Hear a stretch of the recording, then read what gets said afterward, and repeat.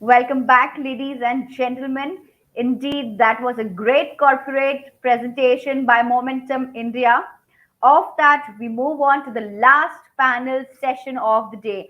Very interesting and very powerful topic and subject, CXO panel, HSE leadership, future is now, not tomorrow. And to discuss on this wonderful panel, I have with me a plethora of experts of the same domain from the HSE sector. So let me introduce, without further delay, our honorable panel members in sequence. Joining first, we have Mr. Kevin Chotani, the SGM SHE from Sekura Energy Limited. A warm welcome to you, Mr. Chotani. Thank you. Thank you, Shana. Joining next, we have Mr. Om Prakash Prasad, the head of EHS from Afghans Infrastructure. A warm welcome to you, Omji. Thank you, Shana. Joining next, we have Dr. S.P. Garg, the advisor HSE and former executive director from GAIL. A warm welcome to you, Dr. Garg. Thank you. Hello, everyone. Hello. Joining next, we have Mr. Lalit Kumar Tiwari, Deputy President, EHS and Chief Sustainability from Kalpatru Group. A warm welcome to you, Lalitji. Hi, good evening, everybody.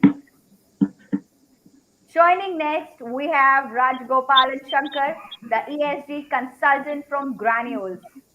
Welcome to the panel, Shankarji. Thank you so much. Pleasure to be on board. Joining next, we have Dr. R.K. Sharma, the head sustainability from India Glycols. A warm welcome to you, Dr. Sharma. Hello, thank you. And now, ladies and gentlemen, let me introduce you to the moderator of this panel discussion session, Mr. Naveen GV, Managing Director from Benchmark ESG Chensoot. So, Naveen ji, all over to you, the captain of the ship, the moderator of this panel. I am looking forward to a fantastic session of all the experts here, and of course, our moderator Naveen ji. I am sure the panel is in wonderful and able hands. So, hope we have a fantastic panel. So, all the very best panel members, wishing a great success in the panel. Great, thanks, Anna. And I think we'd also welcome Mr. Singh, who finally made it from his meeting with his director. So, Singh Saab, thanks for coming in as well. So, Good evening, afternoon. ladies and gentlemen. Yep, good evening, ladies and gentlemen. Not the least, I think folks have had a great day. Over 1,000 people across the whole day attending sessions. So, I think COVID's done some good, at least in bringing people together in larger numbers.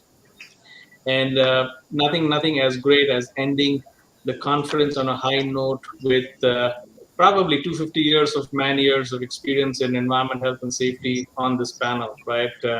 Which is something that is not a thing that we can get every day.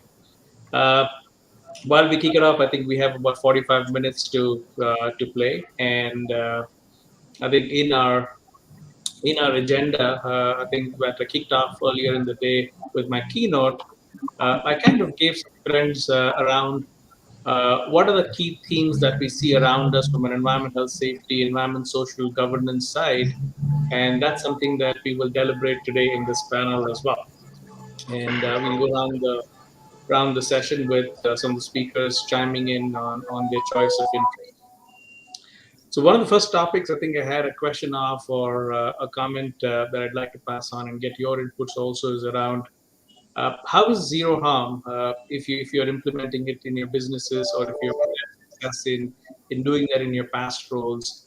How is zero harm really? I would say a safety strategy that is backed by a lot of culture and leadership playing around, and we see value in ourselves projecting zero harm as one of our initiatives within the businesses. So I'd like to start with the stalwart in safety, Garg Saab, if you want to kind of comment around this theme of zero harm and culture, leadership engagement, employee engagement as well. That'll be great to kick it off. Thank you, Mr. Naveen. Yes, as you mentioned, zero harm is very important to be discussed. We call it zero harm, or we call it zero incident, or we call it a safe work environment. All put together, it actually bounces to the having a excellent safety culture in the organization. You can bring in some initiatives here and there, but unless and until you are focused on developing a good safety culture within the organization, then over a long period you can't expect accidents not happening. So it is important, and leadership has a great role to play. There's no doubt about it. There are some organizations who believe in quick fixes. So we call them reactive type of safety culture, wherein an incident happen and you suddenly become wiser and start taking some measures which are actually helping you in preventing the incident. But over the period, you just forget those initiatives. Those are not brought in into your DNA, into your company's culture.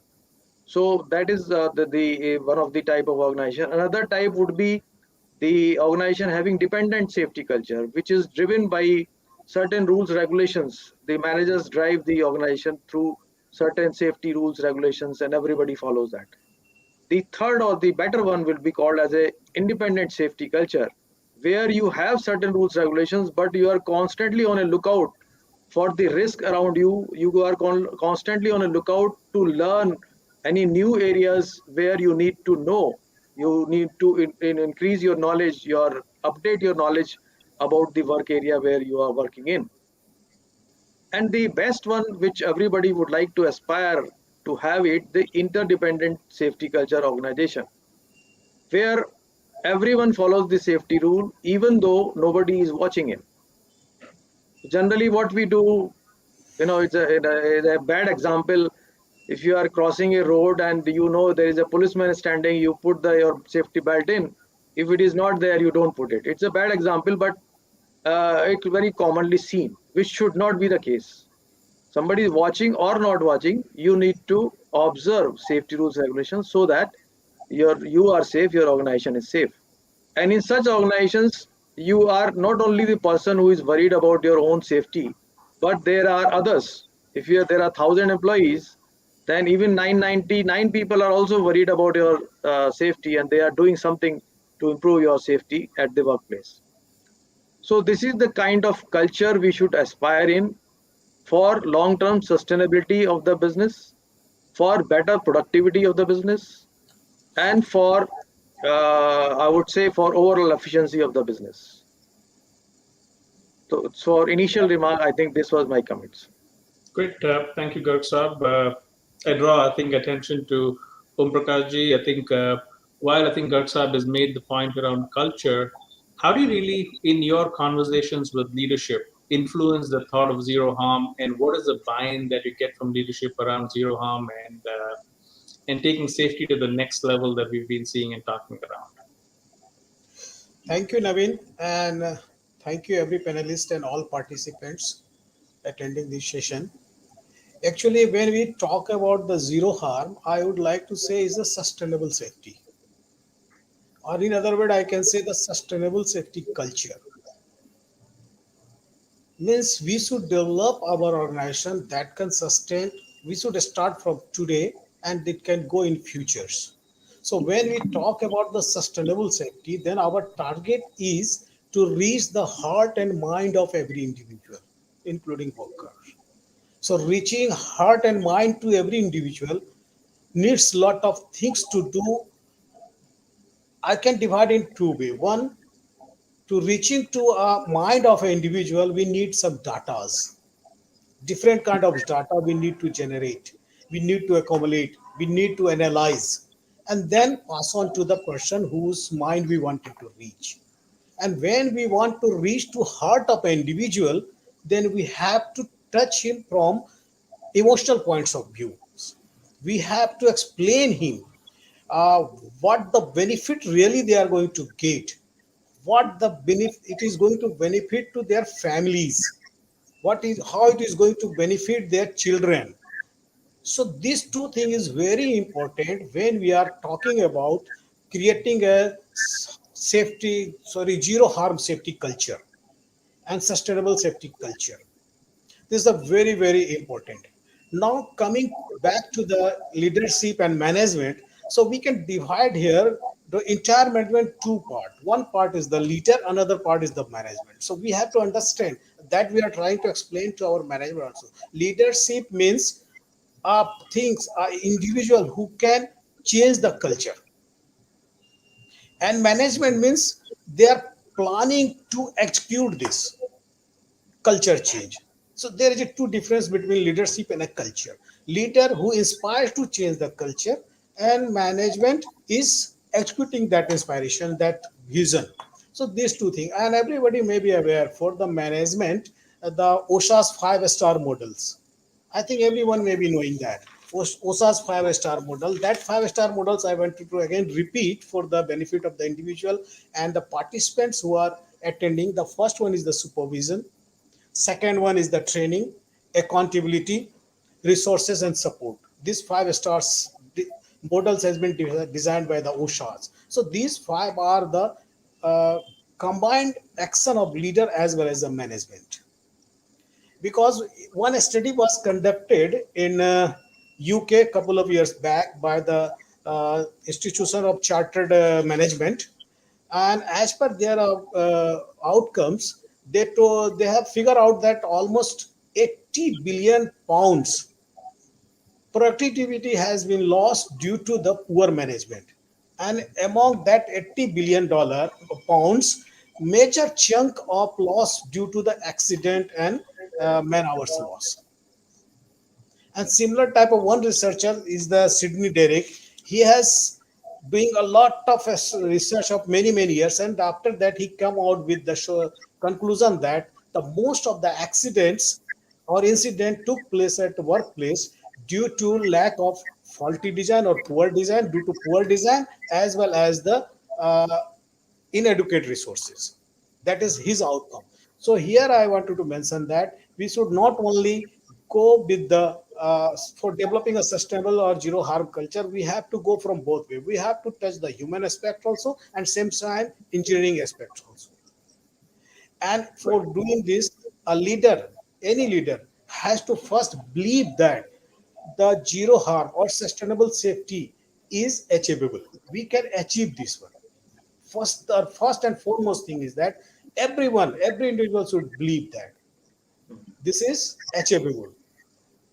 And second most important point is that what is our framework to achieve this? How we are going to implement? For that, there should be clear accountabilities.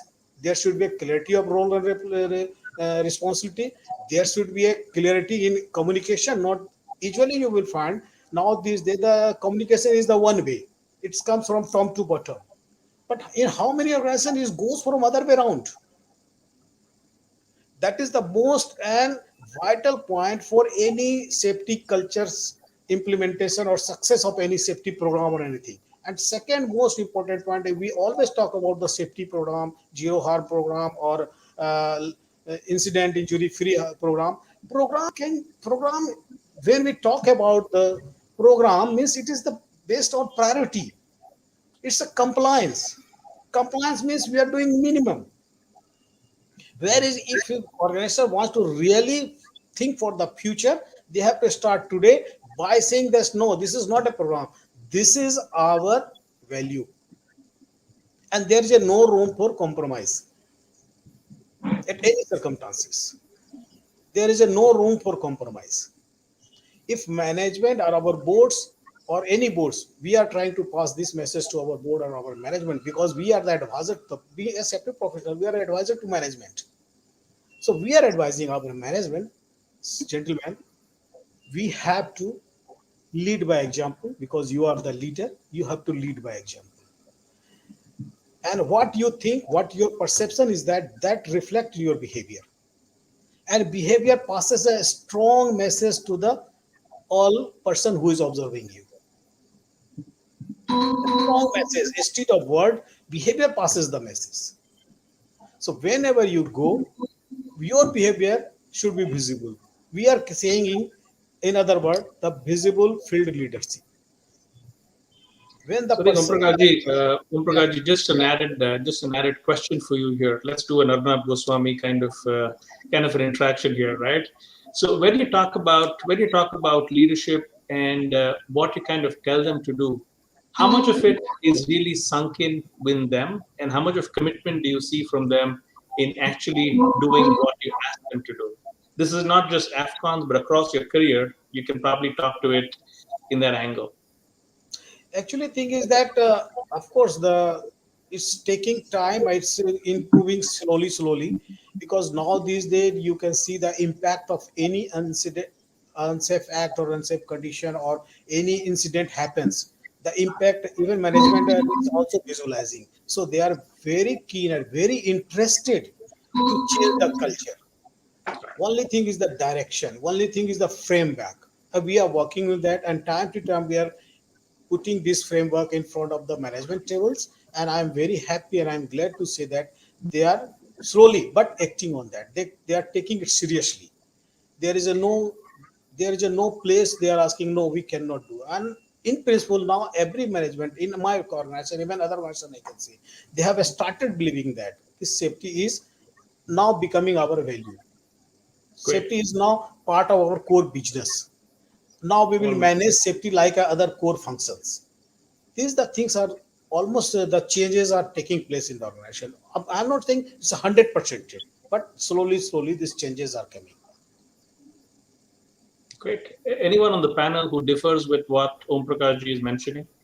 Like in your own personal experiences, have you seen not great engagement that's perhaps led to some what do you call carrot and stick policy happening around that? Just an open-ended question for the panelists. So, Naveen, I will just give you one example that specifically that leadership and commitment ideally is ISO 45001 that talks much about that. Now, what happens? There are two. I give you say a simple example. Like one of the first recruitment happens in our organization was safety health environment after CEO. Now, and before even I joined, there was a procedures have been released by CEO on safety health environment. Now, what it makes is much more difference to the users that yes, it is very important. And when he goes to the place, he ensure that the safety is taken first top priority as a observation point, and whatever the site he goes. So I am just giving few examples where it can be demonstrated those parts. That makes a lot of visible impact to the organization and is an employees and contractor. So they believe that yes, this organization wants safety of the environment. It's not something like they're talking, but they're only walking with that. So that's what my perspective on that side. Yeah, Naveen. I think great. Naveen, Great. Go ahead, sir. Naveen, I have something to add here. Yeah. I was just trying to add that whatever my friend Mr. Prasad and Mr. Kevin has mentioned, I perfectly agree with that. But I feel there are different type of organizations, and if you look at the smaller organizations, the MSMEs, India has more than 6 crores of MSME organization. But how many of these organizations would have even a safety management system? How many of them will have a professional safety officer? Those are the questions we need to answer, because everyone will remember post lockdown, first lockdown, we saw a spate of incidents happening across the organizations, across the sectors. Why that happened? If some of those cases, if we study, we find that the management involvement was lacking. The leadership was not thickly involved as we were expecting, or it will be expected from a matured organization. So there is a need to do a lot, and I think such webinars and conferences would be really helpful in taking across these messages to these various leaders and motivating them to actually spend some resources, some time for developing a safety management system and safety culture in the organization. I think you bring in a great point. Over 70% of our industry is in the MSME sector, and thankfully, obviously, the panel here are all from the larger segmented groups. But I think we should definitely make some recommendations through the conference to the relevant industry bodies on what can we as India Inc. really do in helping the MSMEs establish a sound safety management system as well. Thanks for the comment as well. So Kevin, on a related note, I know secure as in a business that you're acquiring a lot of assets around and you're growing as a business. How as a function do you take zero harm as a cause when you're integrating newer assets into your portfolio? And how long does it really take to really build that maturity when you're acquiring assets and bringing them in? So Naveen, I will share the real examples only, what we have experienced. So Okay.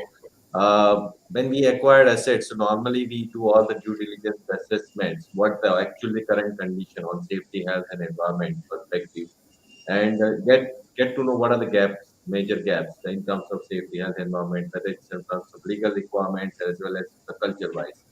Now, once we get it there, we first prioritize is the increasing the training and competence because first of all, what are the acquired assets or manpowers we have? That's the first part that we should upgrade their understanding on safety of the environment. So we develop like what a great passports program. There are a lot of international electrical safety compliance programs and all. And each training has a different way of assessments, practical assessments, hands-on demonstration, experience-based learning. So multiple ways have been identified and make sure that these people become good level. They understand what the problems are, then what actions to be taken. Second action was taken on the deploying the right resources because whatever the equipment you get, you don't get in the right manner always. So you have to always plan it out what right equipment based on risk level and heat map and strength of defenses. You identify what are the basic major controls to be identified, and then you start deploying those controls and develop the management system in accordance with the standards. So we developed the system on ISO 140045001 standard. And within those acquired assets, we achieved those standards provides within the 9 months, I can say from the date of the acquisitions. Because this is what we have done preliminary work, we developed the framework system, we've done very large focus on the training competence, inspection and audit. I think this is one of the good tool where we track all these people are doing, identifying those findings, tracking those things. Because that's very important that those findings, mock drill actions, incident investigation actions being tracked and make sure they are being closed on time. And then again, the monthly based review system has been initiated by CO to see that what the performance is going on, even on the environmental indicators, GHG emissions, water, in addition to leading and lagging indicators. So that's how I think that is a major role is ultimately helped to develop that in the new acquired assets. And I think that went very well, not only on the energy assets, but also we did the same on the highway assets. So currently, when our highway assets have been visited by the many of the legal authorities, they're surprised that we haven't seen that type of sites with that much focus. Even rainwater harvesting system in traffic, whether even it was not means part of consistent agreement, even though you did it, like for example, like, as simple. So this is what you can do it step by step, one by. It's not it's one day it's a journey. Depends upon if your top management leadership commitment is there. I think you can do very faster. That's a major lesson here. Yeah. Great. A follow-up question, Kevin. How much of a say do you have when you're integrating a new asset? Or let's say when you're looking at buying a new asset, how much of you as an EHS leader for the business do you have a say in making a call whether the asset is really worthwhile bringing in or not? So that's a top always I can say priority for us as a business because definitely legal and other requirements are key. Yeah, because and most of the even if you see in India, legal and other requirements are more on the environment oriented or safety oriented are more compared to because the others are very easy to comply that part. So that's always the top priority is being taken, and then business gets understanding that what is to be considered because when we acquired, we asked the agency whether you can comply those parts initial stage because that's a major part, and the other part which is a culture change that only the new organizations can do it because that cannot be done by the old organization. But in terms of any major issues which will be identified, that either it can be cost correction or it can be there's a closing points. Is being ensured that it's being corrected, and then it is being driven from that day to make sure that it's being upgraded to the next level, and make sure that then and you can see that we have done 2 culture surveys from the date of acquisition within 1 or 2 months, and after 6 months, and after 6 months, we see the drastic change in terms of the understanding also asking those open-ended questions. So that's yeah. I think it's very heartening to say that you do have a huge role to play when you're due diligence of a new asset that you want to go. Cool. I think Shankar, I think I'd like your take. I know you have always a very different take on topics like these, so I'd love to hear your comments as well, please. So I'll take the Arnab Goswami cue and say something radically different. I feel zero harm with all good intentions is just like a organizational bumper sticker, right? It's the most cliched tagline of most industries. It doesn't mean anything. Like as Dr. S.P. Garg says, if you really have a zero harm thing, the pyramid in organization would be totally flat, right? And you want to have a broad-based pyramid where you have incidents, you have DMSs, you have up there as you go down, you don't want too many fatalities or incidents. But so it all boils down to what the organization wants. And you set a target like zero harm, it could be zero injuries, zero damages, and zero harm to environment. While of course it's aspirational, you can't really do a zero. There will be some stage in life when there will be injuries, there will be accidents. So in a way, it's just a goal, which is perhaps a mirage in some ways. Uh, and there are some organizations that get pretty fascinated by goal zero and end up losing out on openness and transparency. Yeah, when you have the key lagging indicators, all zeros, what then would expect in terms of the organization's focus and clarity? If a KPI of the professionals, the line and the staff and the HSC are about goal zeros, if that's what is the attainment of their goals, you don't get too much of focus there. So I guess it's more about the actions that go towards zero harm that's more important. While as you said correctly in your keynote today, it's about the leading indicators, what you can do, the actions of people. And Dr. S.P. Garg spoke about the evolution of the curve, the maturity curve, be it from reactive to interdependent. It's a snapshot in time, right? While you might rate an organization on the maturity curve, when there's an incident that happens and something goes wrong, it always flashes back to a reactive stage. So, in a sense, at various stages in our journey, we will walk across these stages of maturity differently. Of course, as Om said, it's all about leadership and accountability. The leaders sometimes say we support the safety cause, and I guess they are the guys who own it. So the difference between responsibility and accountability needs to be also aligned. Who drives safety? The first question you'll ask in an organization, and when they look towards the HSC professional, you get your answer there. That's where it starts. That's where it ends. But as Kevin said, it's also good to people start with a nice safety powers and say nice things. And as we said, I have a 4 o'clock afternoon cup of tea with my colleagues there, and there's a beautiful metro that's come up on the India Road that helps you cross the road without any problems. There's a nice overbridge that comes across, and it's my effort to convince the guys not to cross the road but take the overbridge, and it doesn't work so much. So there's a compromise that you do at every stage in life. So when you talk of zero harm, it's something that's right there, but I guess it's a journey that we need to make. And like Om said, it comes from the head, heart, and the guts. It needs all of us to put all the energies together to make zero harm a reality, not just a dream. Absolutely. Great points made, Shankar. Definitely the devil's advocate here. Anyone else who want to take on Shankar and his comments around what he said? I think we have Singh Saab, Lalitji, Sharmaji. Before we end this and move on to the next question. Yes, Sharmaji. Sorry. You're on mute, Sharmaji. You're on mute. Hello. Sorry. It is right to say here with reference to the zero harm, how to achieve the zero harm approaches, which should become a reality on the practical ground. So it is right to say that as culture is behavior over time, the adoption of consistent teamwork behaviors is a powerful mechanism to improve safety culture, even any type of culture. So to achieve the zero harm, to understand the culture in terms of behavior with the collaborative in the team spirit, then only this practical zero harm approaches can work in reality. Great. Lalitji, you had a comment as well? Good evening, sir. I would like to add one or two examples, if you permit me. Sir, please. There is my own experience, and I heard Garg Sahab is a very champion in the behavior-based safety. I met Garg Sahab in Delhi conventional in behavior-based, and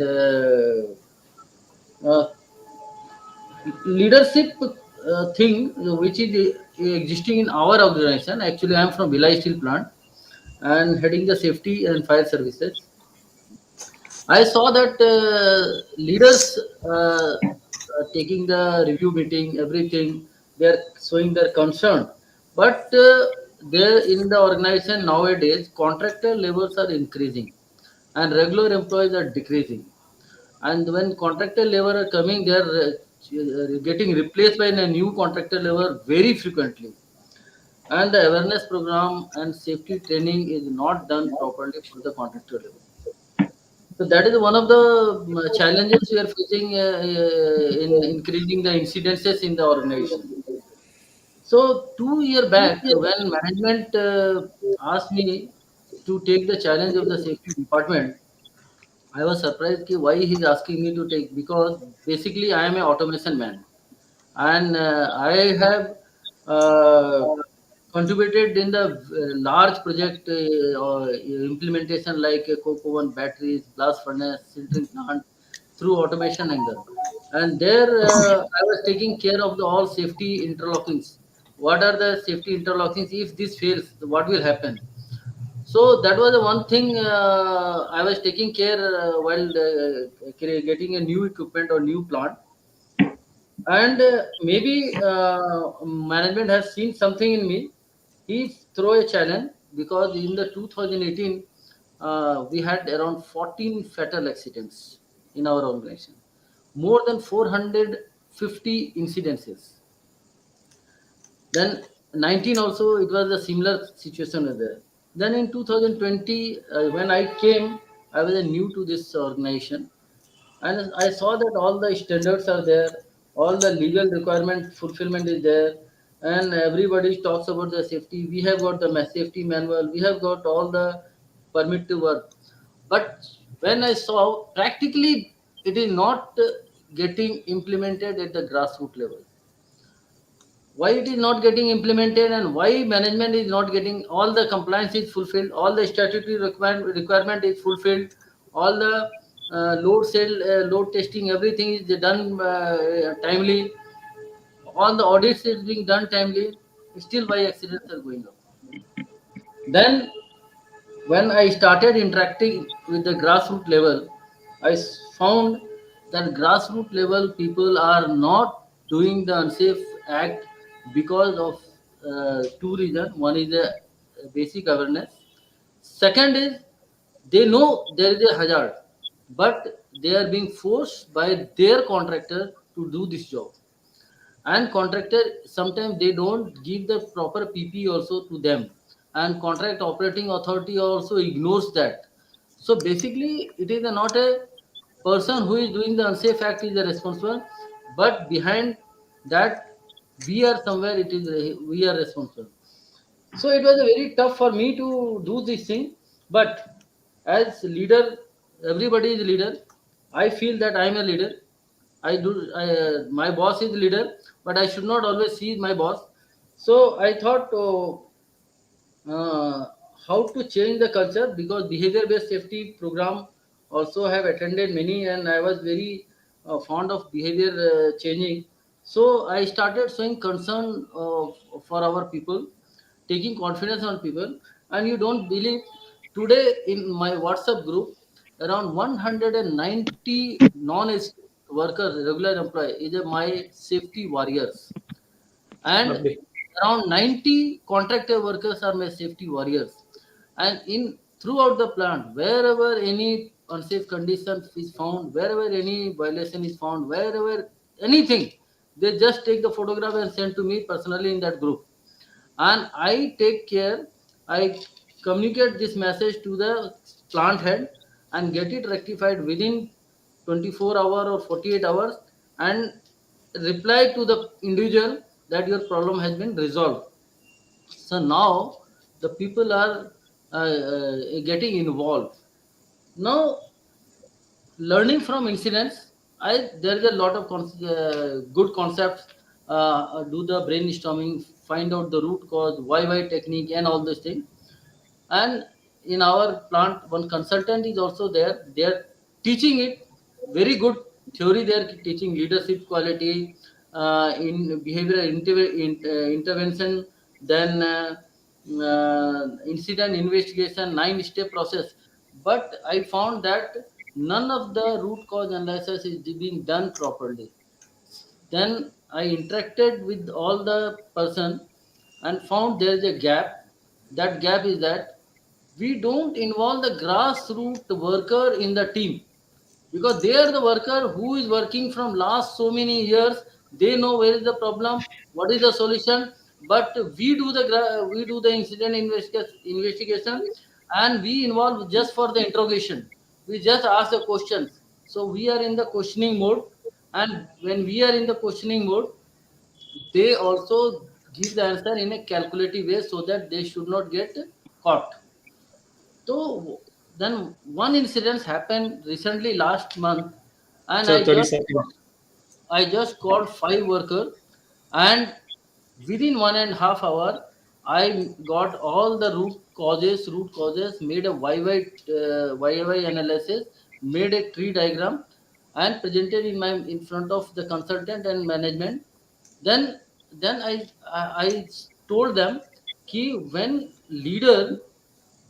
when actually leaders changes the culture, when leaders try to forget his position and get it involved with the worker and come at the level of worker, then only he can change the mind of the worker and tell that what is safe, what is not safe."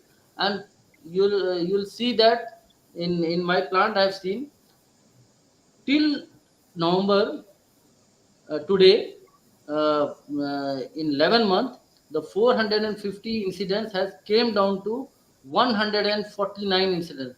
Maybe 10 or 12 again another incidents will happen in December. We may land up with less than 160. So there is a drastic improvement if you involve the grassroots level worker. That is my I think suggestion. it's a great point to make, Singh Saab. I think it echoes what Gargji and Om Prakashji also mentioned, is engaging the grassroots and building the culture, which you rightly demonstrated with the Bhilai Steel plant. Lalitji, I think, yeah, your final comments around this. Great. I was just listening to all the eminent leaders and the speakers. Let me just start my talk. If we're talking about the zero harm. Zero harm is the jargon words nowadays. Let me accept being a safety professor. It's a very painful, if you ask me. Uh, this fact is that we have a Mercedes, but we are running on kerosene. So you can understand the how we are talking. We are talking about all the above from the surface level. And if you ask me, there are so many things which are missing in Indian context. As Mr. Garg mentioned very clearly that 70% industries are MSI, correct? And below, even unorganized sectors are also working. And these people are least bothered about safety, and even government is not very serious about it. We keep talking, we keep giving a lecture on safety. Safety is the only walk. There is not, I mean, there is only talk. There is no walk. Uh, if we want to change the entire concept and we want to bring the culture, because I worked in MNC and I was staying in the US for some time, and I've seen the kind of sensitivity the Europeans and Americans have, and there is a vast difference between the Americans and Indian culture. Steel management is safety from their aspect. It's not, they are not able to understand the how safe. I would like to say the EHS, not safety only. Environment is also very important. Planet, our climate action is also very important. So management has to think about the circular economy.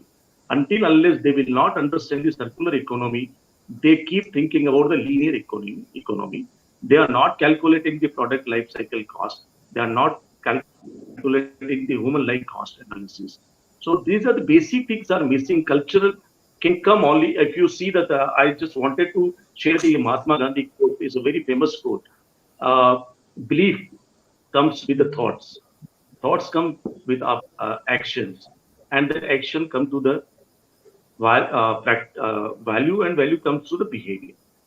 Actually, belief is missing. Entire chain, if you ask me, belief to culture or behavior, it's a belief is missing. People are not believing that the safety is a part of the business. Still, they are treating is a compliance part. Wherever accidents take place, they follow the reactive. Even I don't say the reactive approach also. They do some kind of postmortem exercise, and after that they will forget everything. Even they follow the reactive approach, we can make a significant change also. I've been working in a construction industry for last 10, 15 years, and I know the challenges. Yes, there is a lot of rooms for a safety professional to perform, to deliver. Unfortunately, what is happening in our profession, we are missing the influencer. We have a process. We have a robust mechanism, robust process, everything we have. But it doesn't work when we are not practicing all the processes. There is no, I mean, a lack of, we don't have, every industry has a good kind of process, ISO 14000, or, all kind of standard are there, world-class processes are there. But ultimately is missing is the belief. Belief can be brought into the system when we have a leaders, they can influence to the organization leaders, top leaders. And I personally feel that another aspect which are missing from the government aspect, the penalty clause. I remember a day before yesterday, I'm just sharing an example. I was going to Mumbai to Pune, and there was a camera, they installed the camera there. And I got a penalty twice, 1,000 rupees. Earlier, there was a penalty of 50 rupees, 100 rupees, 200 rupees. People are not bothering. Now, whenever I'm going to Pune or express highway, I will not increase the speed more than 80 kilometers. So that kind of enforcement should come from the Indian, governments also.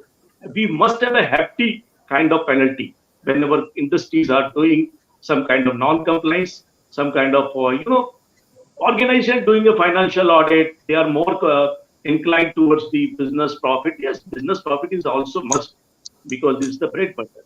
But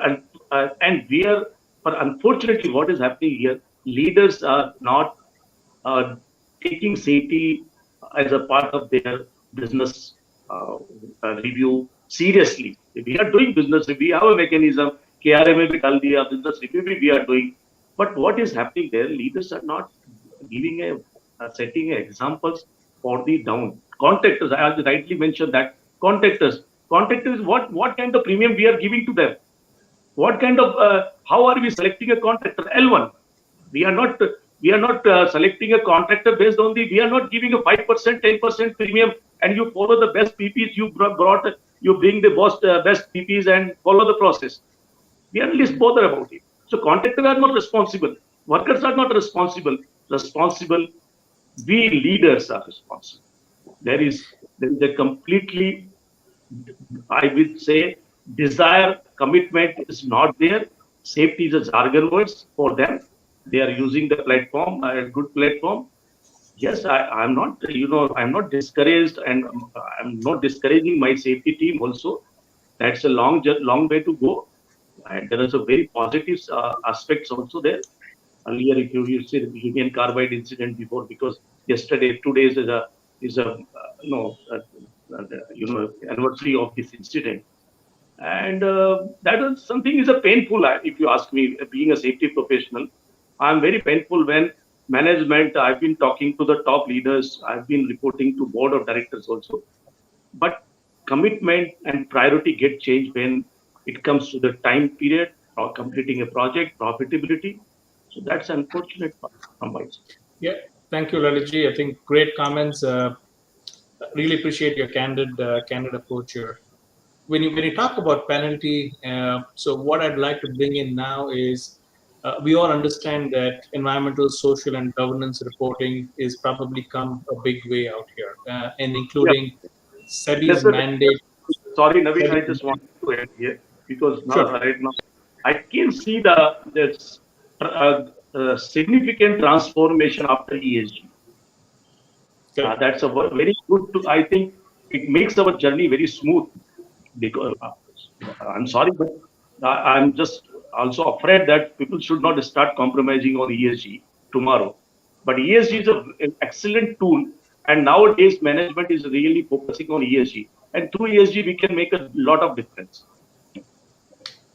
Absolutely, I think great point here, and I think Shankar on our team here has kind of led a lot of sessions around SEBI. So Shankar, any quick cues around how BRSR can really change to what Lalit is mentioning as a penalty, because obviously more than penalty, if you don't have good ESG, you do not have access to capital, which is what I think is driving the C-suite Right. in doing ESG, right? So Exactly. Shankar, your comments around this? I know we have about 5-7 minutes left.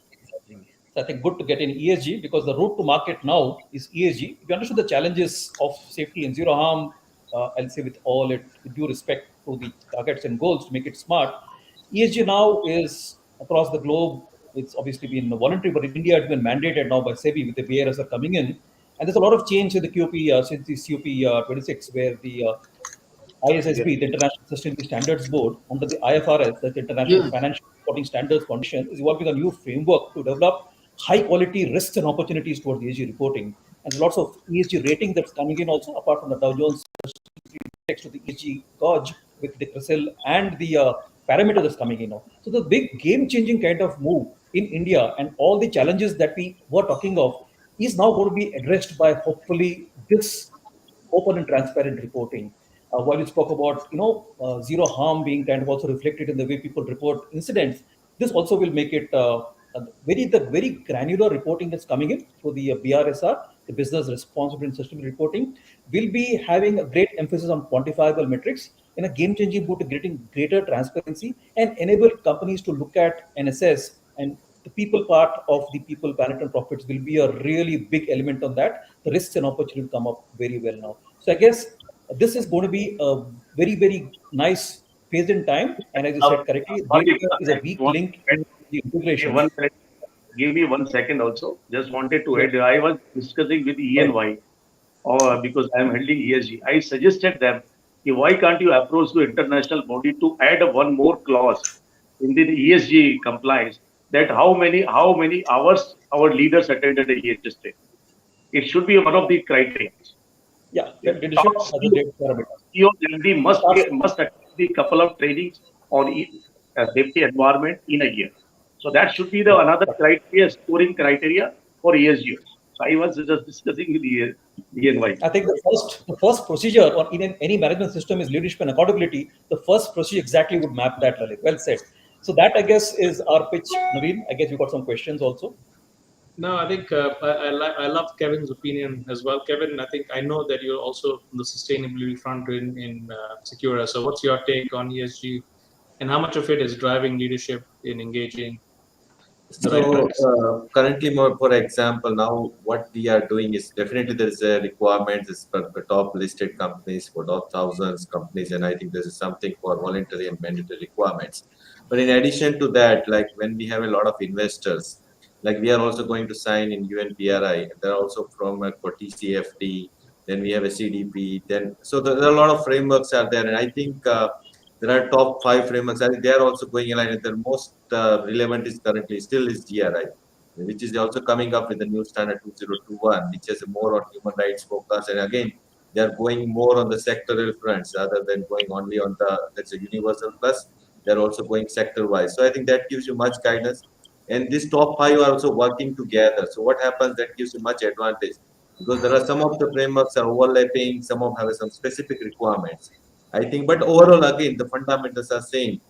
Again, we called it a non-financial disclosure, but ideally it's not a non-financial, but again it becomes like a financial disclosure. It's same like that. It's like Kevin, still we will have a challenge with respect to small scale industries and unorganized sector, because how are we going to address this issue unless we will not work on those aspects and those segments, we will not be able to change the culture.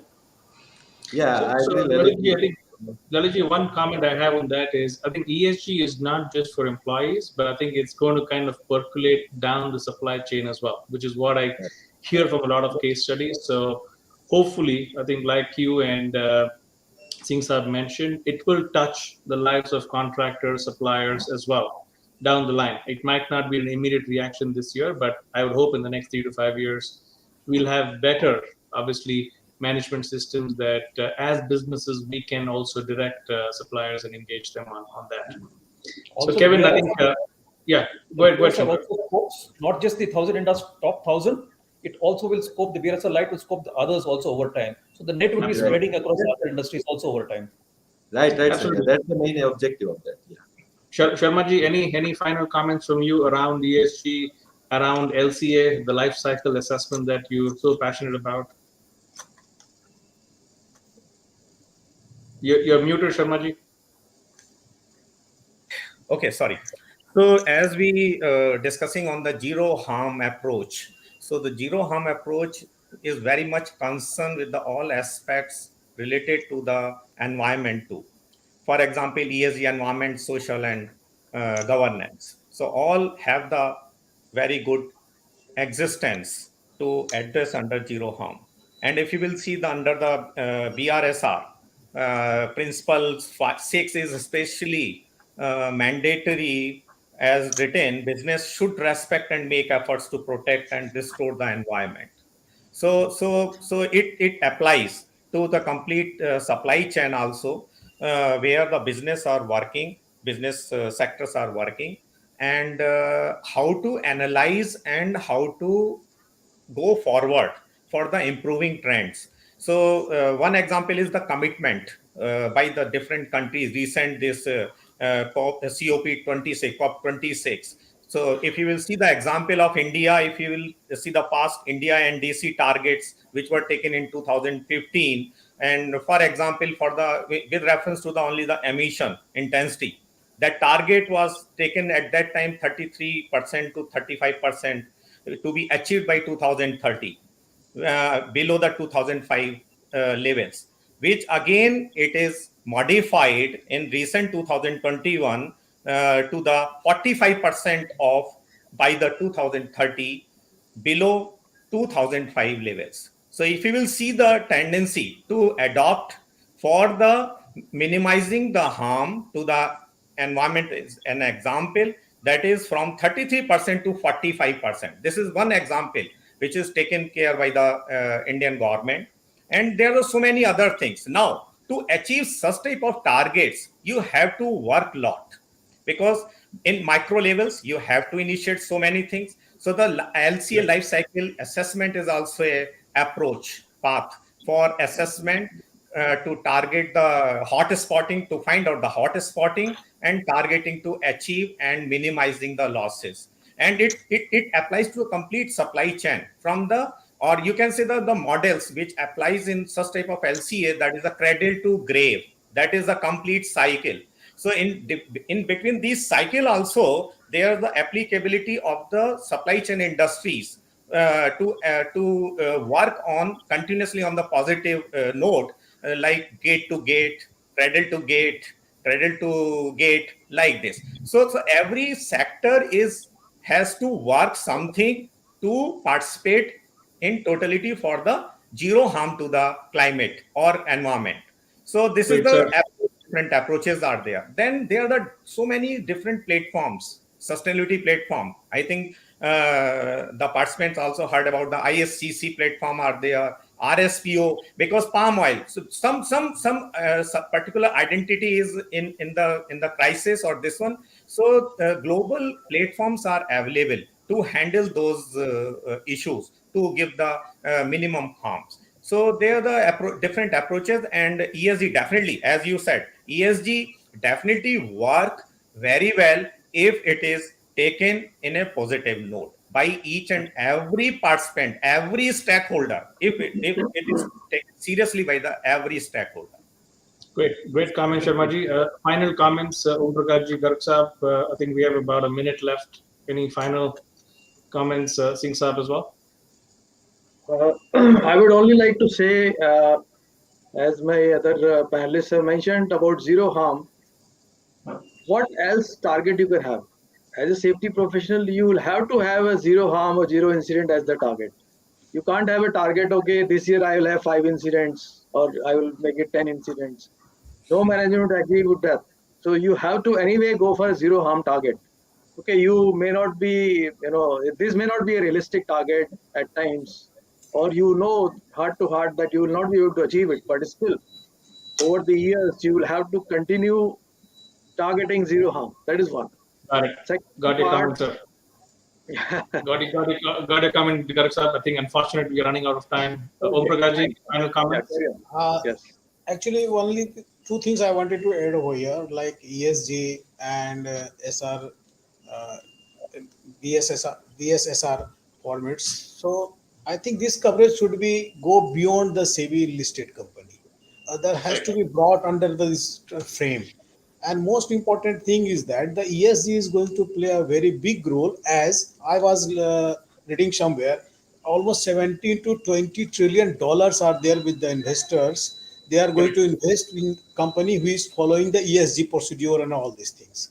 So it is going to shape the future of safety in the in coming years. There is a no doubt.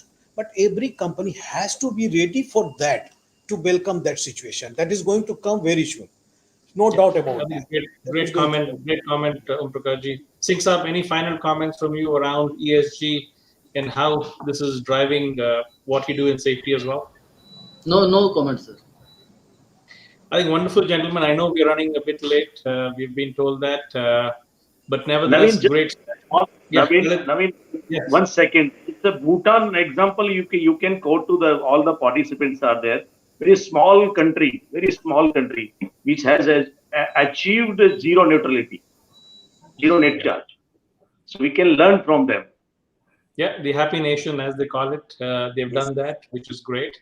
So once again, gentlemen, thanks a lot for your wonderful comments and for your frank opinion, which is what I think really the audience wanted to hear from all of you. And I totally believe that ESG will drive a lot of practices in terms of safety, environment, sustainability that all of us in our businesses practice, and hopefully will make a positive impact in the way we operate and do stuff. So thanks a lot again. So Sanan, over to you. Thank you, Naveen ji. Panel members, indeed, it was a great panel discussion session. Thank you, Naveen ji, for moderating the panel so well. And thank you so much for all the panel members, Mr. Chotani, Om ji, Dr. Garg, Dr. Sharma, Lalit ji, Shankar ji, Mr. Singh. Thank you so much. Fantastic having all of you here on a busy working Friday, and for giving time on such an important subject and topic. So thank you very much, and thank you to all our viewers and attendees who are watching us live. So I'm sure a lot of takeaways from all these interesting people from such an expert panel like this. Thank you so much once again, and thank you, Naveen ji, for doing the honor of moderating. Hope to see all of you in the next edition. Thank you. Great. Thank you. Thank you. Everybody, have a great weekend. Thank you. Bye. Thank you, everyone. Thank you. Thank you. Thank you. Thank you, sir. Thank you. Thank you.